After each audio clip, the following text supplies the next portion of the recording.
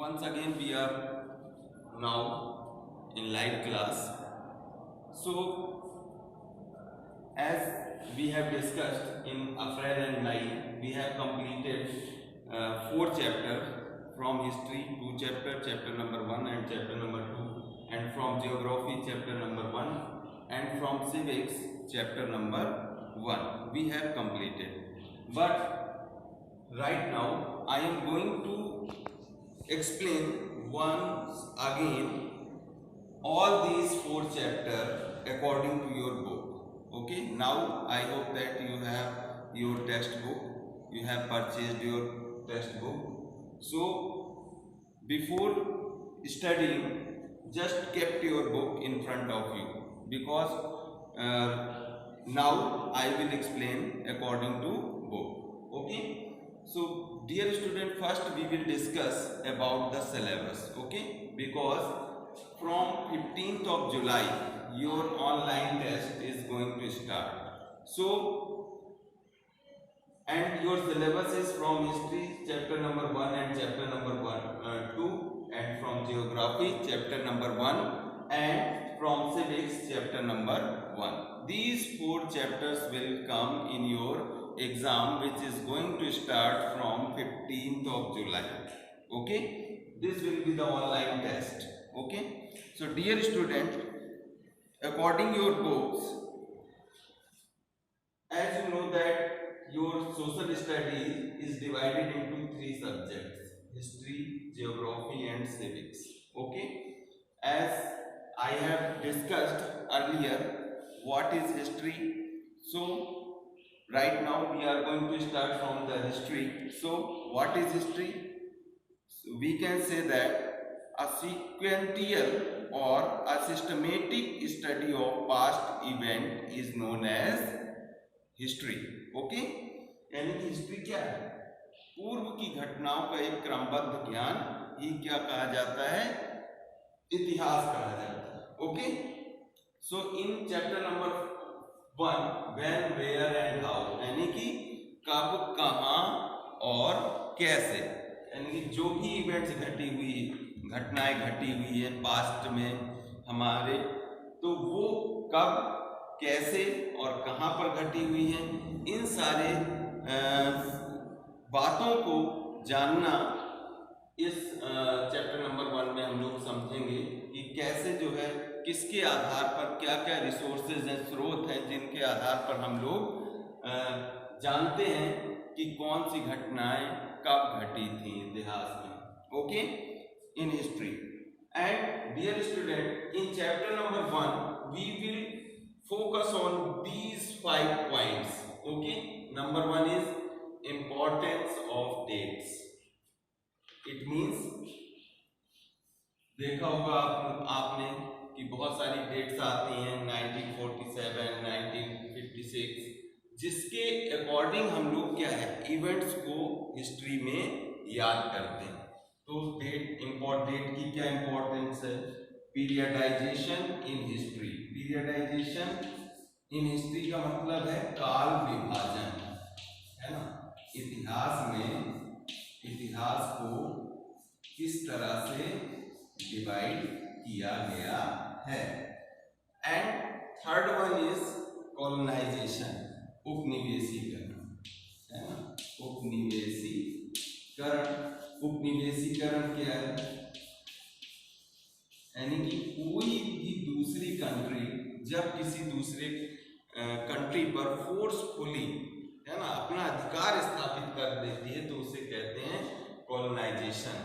और वो country, suppose that Britishers forcefully colonize India, तो इंडिया क्या हो गई? उनके लिए कॉलोनी हो गई. उपनिवेशीकरण. तो कॉलोनाइजेशन का मतलब क्या हुआ? उपनिवेशीकरण. Source material to know history, यानी कि इतिहास को जानने के लिए क्या साधन है हमारे पास, कौन कौन से ऐसे साधन या स्रोत, है ना, साधन स्रोत उपलब्ध हैं, जिससे हम लोग जान सकते हैं कि जो है हिस्ट्री के बारे में हम लोग पता कर सकते हैं. Okay, now fifth point is places where sources are kept, है ना, ऐसी जगह स्थान जहां पर इस तरह के सोर्सेस को रखा गया है, यानी कि जो इतिहास को जानने के लिए जितने भी सोर्स हम लोगों को मिले हैं उनको कहाँ पर जिन प्लेसेस में रखते हैं वो प्लेसेस कौन कौन से हैं, है ना, और किस तरह से उनको हम प्रिजर्व करके रखा जाता है. ओके, तो look at your book dear students. On page number 1 you will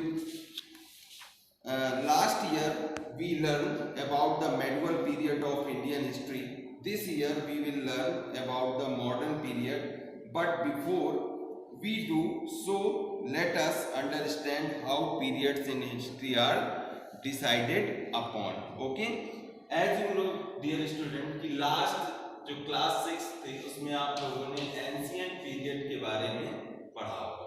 okay, ancient period के बारे में जो आपका 35 BCE यानी कि बिफोर क्राइस्ट. BCE का मतलब क्या होता है? एक पैरामीटर है, यानी कि जो जीसस क्राइस्ट थे उनके बर्थ के पहले का समय और उनके बर्थ के बाद का समय. तो उनके बर्थ के बाद के समय को हम लोग CE से डिनोट करते हैं, जितनी भी पास्ट इवेंट की घटनाएं घटी हुई हैं, और उनके पहले के बर्थ के पहले का जो हिस्ट्री है उसको हम लोग BCE का नाम देते हैं. यानी कि हम लोग इधर से स्टार्ट करते हैं उल्टा पुराने समय की तरफ, और इधर से अब देखिए तो इस तरह से एंशिएंट हिस्ट्री लगभग 3500 BCE से 647 सेंचुरी तक मानी जाती है. इसके बाद आपने 7th स्टैंडर्ड में मेडुअल पीरियड के बारे में पढ़ा होगा. मेडुअल पीरियड स्टार्ट होता है 647 सेंचुरी से 1750 सेंचुरी तक.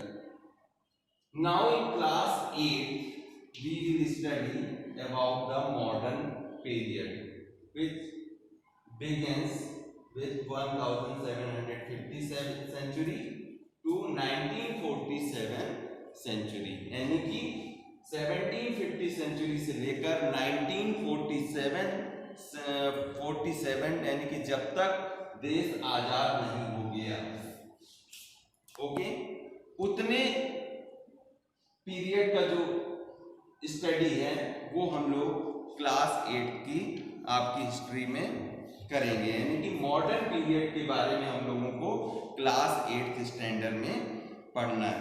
Look at here periodisation of history. जैसा कि यहाँ पर टॉपिक नंबर 2 लिखा हुआ है, काल विभाजन. तो देखिए, historian categorize the past into an ancient, medieval and modern as I have discussed here for easy study. यानी कि easy study का मतलब है सरलता पूर्वक किसी भी चीज को की अध्ययन के लिए उन्होंने हिस्ट्री को 3 भागों में डिवाइड कर दिया, एंशिएंट, मेडुअल एंड मॉडर्न, जिससे वो अच्छी तरह से इतिहास का अध्ययन कर सकें. The transition from one period to the other is usually a gradual and continuous process, but for the purpose of study certain important events are taken to make the beginning and the end of a period.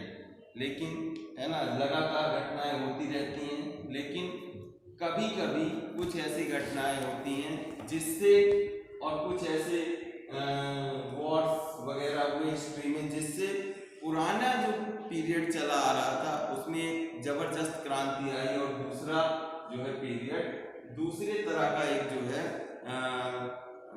समय start हो गया. We can say that कि पूरी तरह से changement जब उस परिवर्तन में हो जाता है पुराने वाले समय में, तो हम लोग कहते हैं कि नया युग आ गया है. इसी तरह एंशिएंट से मेडुअल आया, फिर मेडुअल से जब ब्रिटिशर्स आए, मुगल, एंशिएंट में मोस्टली जो है हिंदू